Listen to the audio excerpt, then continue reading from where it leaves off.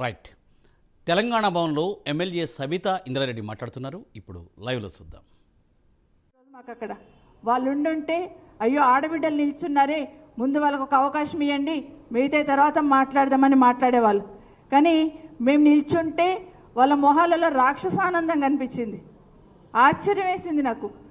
ఒక్కరికైనా కనీసం ఒక్కరికైనా గిల్టీగా ఫీల్ అవ్వలేదు. 4:30 గంటలు ఆడబిడ్డలు నిల్చున్నారే అని ఒక్కరైనా గిల్టీగా ఫీల్ అవ్వలేదు. పైగా రాక్షసానందం పొందుతున్న విషయాన్ని ఈరోజు నిజంగా చాలా బాధ అనిపించింది. నిజంగా చాలా ఈరోజు ఒక విషయంలో ఈరోజు ఎస్సీ వర్గీకరణ ఏదైతే ఉందో ఆ రోజు ఈరోజే కాదు 40-50 సంవత్సరాల నుండి నేను ఇంద్రారెడ్డి గారు ఉన్నప్పుడు కూడా చూసేదాన్ని.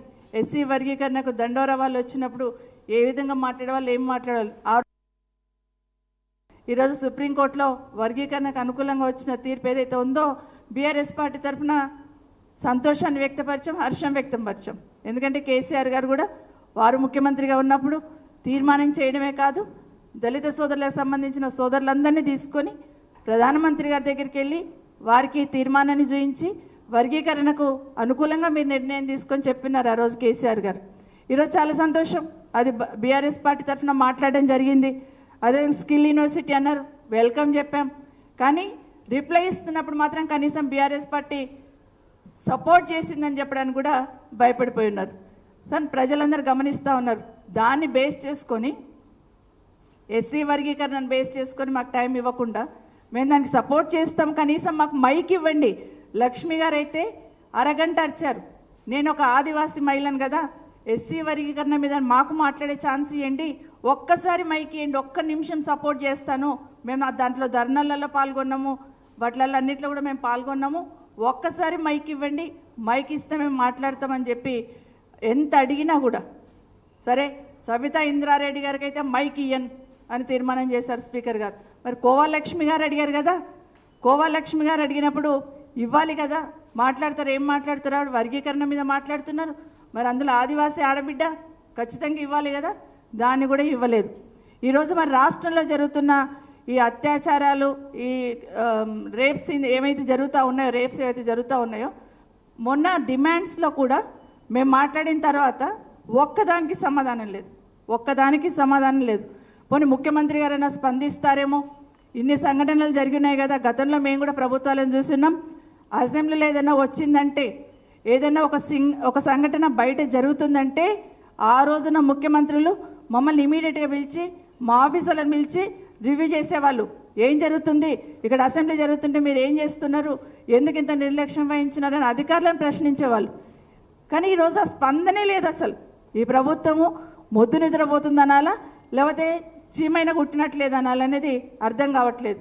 ఎంతసేపు కేసీఆర్ గారిని తిట్టడం, గత ప్రభుత్వం తిట్టడమే కాదు, ఈరోజు మీరు అధికారంలో ఉన్నారు కదా, ప్రజలకు భద్రత భరోసా ఏ విధంగా కల్పించాలనే ఆలోచన చేయకుండా మాట్లాడితే చాలు టార్గెట్ చేస్తామనే లెవెల్లో ఒక రకమైన శాడిజంతో పనిచేస్తున్నారు. ఇక శాడిస్ట్ అనాల్సి వస్తుంది, అది మర్చిపోండి. ఎందుకంటే మాట్లాడితే చాలు మిమ్మల్ని ఏదో ఒక రకంగా మేము డిమారలైజ్ చేస్తామనే ప్రయత్నం ఈరోజు రాష్ట్రంలో జరుగుతుంది. ప్రజలు చూస్తూ ఉన్నారు. మొన్న ఏం చేస్తాం, మేము జస్ట్ మాట్లాడాం, మహిళలకు సపోర్ట్గా మాట్లాడినాం, రాష్ట్రంలో జరుగుతున్న విషయాలను మీ దృష్టికి తీసుకొచ్చే ప్రయత్నం చేసినాం. అధికారులు తీసుకురారేమో, కనీసం మేమైనా చెప్పాలి అనే ప్రయత్నం చేస్తున్నాం. హైదరాబాద్లో ఒక్క రేప్ కేసు జరుగుతూనే హంగాం అయిపోయేది గతంలో. కానీ ఇప్పుడు ఏం జరుగుతుంది? ఈ మూలకు ఒకటి అంటారు, ఆ మూలకు ఒకటి అంటారు, సాయంత్రం వచ్చేసరికి లెక్క పెట్టుకోవాల్సి వస్తుంది. 1, 2, 3, 4 అని తలంచుకోవాల్సిన అవసరం లేదా? హైదరాబాద్ సిటీకి ఉన్న గౌరవం ఈరోజు తగ్గట్లేదా? హైదరాబాద్కు ఉన్న ఇమేజ్ ఈరోజు పోవట్లేదా? అది మీకు ఆలోచన లేదా? అది దయచేసి ఇది ఆలోచించండి. మేము మాట్లాడతాం, ఇవ్వండి అని అడుగుతున్నాం. ఒక్కసారి మాకు మాట్లాడే అవకాశం ఇవ్వండి అని ఎంత చేసినా కూడా కనీసం 4 గంటలు నిల్చున్నాం కదా, కనీసం మనసు మారుతుందేమో వీళ్ళకి.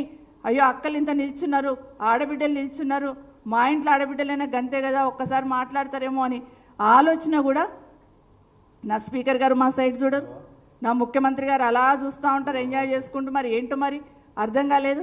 అందరు కూడా అక్కడ ఉన్న వాళ్ళందరూ నిజంగానే 119 మందిలో 9 మందిని లేడీస్ కదా, 6 మంది కూర్చున్నారు కదా, 3 నిల్చున్నాం కదా. మీరందరూ కూడా అక్కడున్న గౌరవ శాసనసభ్యులు ఒక్కసారైనా ఆలోచించారా? ఈరోజు మా శాసన సభకు సంబంధించిన మా మంత్రి గారు చాలా విషయాలలో హౌస్ బాగా నడవాలంటే అందరినీ రిక్వెస్ట్ చేస్తుంటారు, కూర్చోండి కోఆపరేట్ చేయండి, కూర్చోండి కోఆపరేట్ చేయండి అని. ఈరోజు ఒక్కసారి మీరు లేవలేదండి.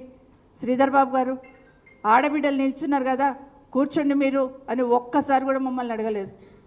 ఎప్పటికైనా మైక్ ఇస్తారేమో, మనసు మారుతుందేమో అని ఆలోచించాను, కానీ లేదు.